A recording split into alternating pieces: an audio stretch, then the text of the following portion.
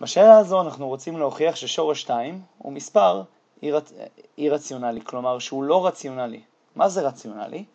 מספר רציונלי זה מספר שמיוצג על ידי m חלקי n, כאשר m ו-n הם שלמים ו-n שונה מ-0. אוקיי, אז מה האסטרטגיה שלי? אני מתחיל מלהניח בשלילה ששורש 2 הוא רציונלי, ואז אני אגיע לסתירה. אוקיי, בואו נתחיל. אז נניח בשלילה ששורש 2 רציונלי. כלומר, מה זה אומר לנו?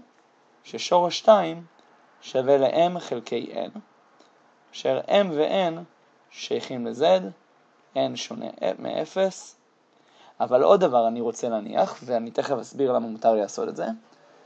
אני אניח ש-m חלקי n זו הצורה המצומצמת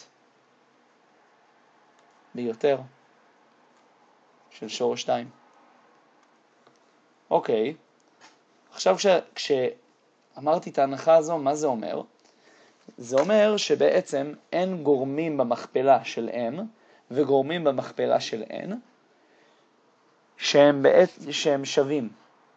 כלומר, אם לדוגמה אני מסתכל על 6 ו-9, אז יש 6 שווה ל-2 כפול 3, אלה הגורמים הראשוניים שלו, ו-9 זה 3 כפול 3. אז אני יכול לצמצם את זה יותר, וזה 2/3, וזו הצורה המצומצמת ביותר של המספר הזה.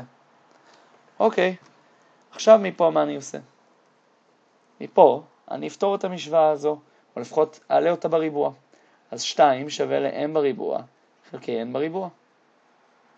עכשיו מה? עושה 2n בריבוע שווה ל-m בריבוע. אוקיי, אבל מה זה עוזר לי? איך שזה עוזר לי זה שאני אומר ש-m בריבוע הוא זוגי. למה אני יכול להגיד את זה? אני יכול להגיד את זה כי הוא מכפלה, כי n בריבוע כפול 2 שווה ל-m בריבוע. כלומר m בריבוע הוא מכפלה כלשהי עם 2. אוקיי, אז בואו נסתכל על m כפול m.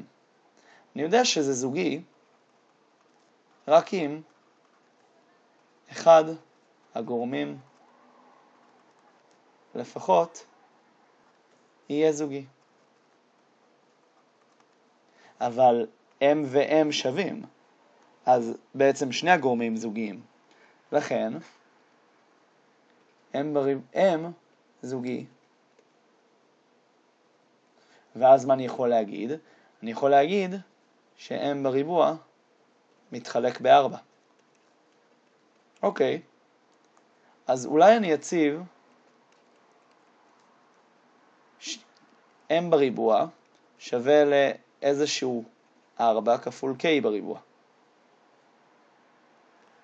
אוקיי, אז מה עכשיו? אז אני יכול להגיד ש-2n בריבוע שווה ל-4 k בריבוע. אוקיי, נצמצם פה 2 ונקבל n בריבוע שווה ל-2k בריבוע.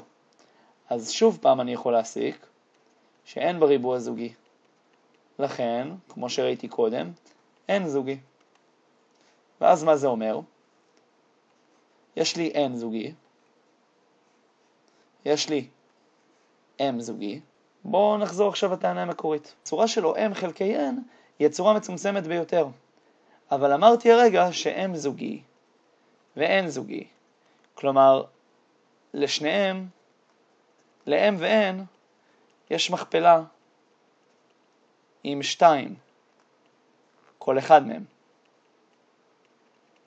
אז אני יכול לייצג את m ואת n על ידי 2 כפול k לצורך העניין, ו2 כפול l, ואז לצמצם אותם.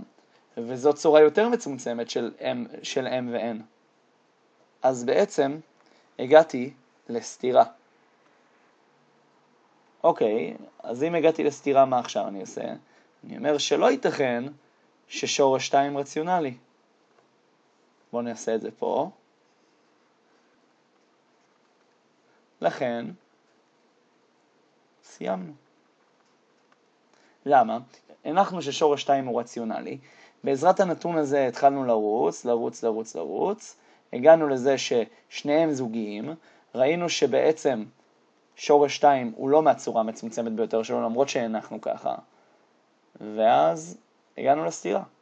אז אם הגענו לסתירה בעזרת נתונים שהם חוקיים לגמרי, אז הטענה ששורש 2 הוא רציונלי היא לא נכונה, ולכן מה שנכון זה ההפך, ששורש 2 הוא לא רציונלי.